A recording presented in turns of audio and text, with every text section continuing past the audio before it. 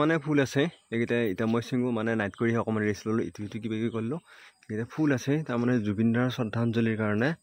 ফুল কেইটামান ছিঙিব লাগে এইয়া কেইটামান ফুল ছিঙি দিব বঢ়িয়াকৈ আৰু ইফালে মইনাই বঢ়িয়াকৈ ছিঙি আছে আৰু এটা ধৰি থাকচোন মোক দিছে আৰু এটা আছে কেইটামান এই লাখ পোৱাকেইটা ছিঙি আছে আৰু ইফালে কেইটামান আছে ইফালে এনেকৈ অলপ ভাল ভাল চাই ছিঙিব লাগিব আৰু এইটো কেইটামান চিং এডালতো আছে কেইডালমান একেডালৰ ছিঙিব এয়া ডাঙৰ ডাঙৰ চাই দুটামান ছিঙি লওঁ ইফালে এয়া কথনা ফুল আছে কথনা দুটামান ছিঙি লওঁ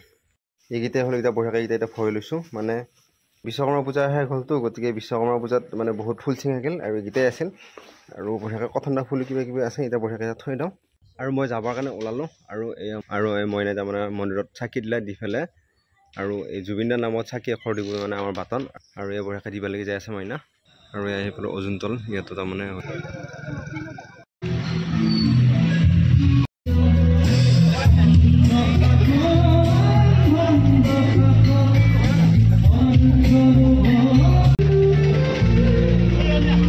এইবাৰ আহিলোঁ আমাৰ ক্লাবলৈকে অলপ দেৰিয়ে হ'ল এতিয়া যোগাৰ কৰি আছে আৰু শ্ৰদ্ধাঞ্জলিৰ কাৰণে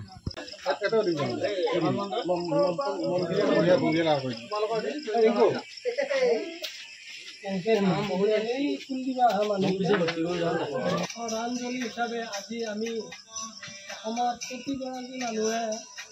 শ্ৰদ্ধাঞ্জলি অৰ্পণ কৰিছে জুবিন গাৰ্গৰ প্ৰতি সেয়েহে আমিও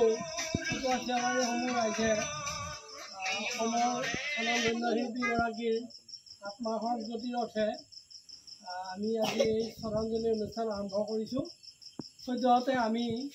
1 মিনিট সময় মৌন প্ৰাৰ্থনা জনাই তেখেতৰ আত্মাৰ সদ্গতিৰ অৰ্থে আমি প্ৰণাম জনাম আৰু তাৰপিছত সকলোৱে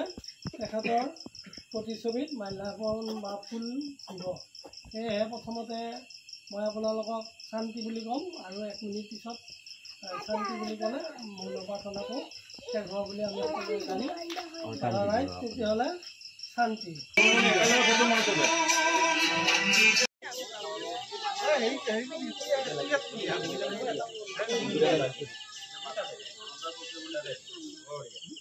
ঘৰলৈকে আহিলোঁ আহি বাইকখন থলোঁ মানে এইবাৰ আকৌ মন্দিৰতলৈকে যাম শ্ৰদ্ধাঞ্জলি দিবৰ কাৰণে আৰু মন্দিৰতলৈ আহিলোঁ মন্দিৰতো ব্যৱস্থা কৰি আছে আৰু ইয়াতে শ্ৰদ্ধাঞ্জলি দি আছে মিঠা দি দিয়া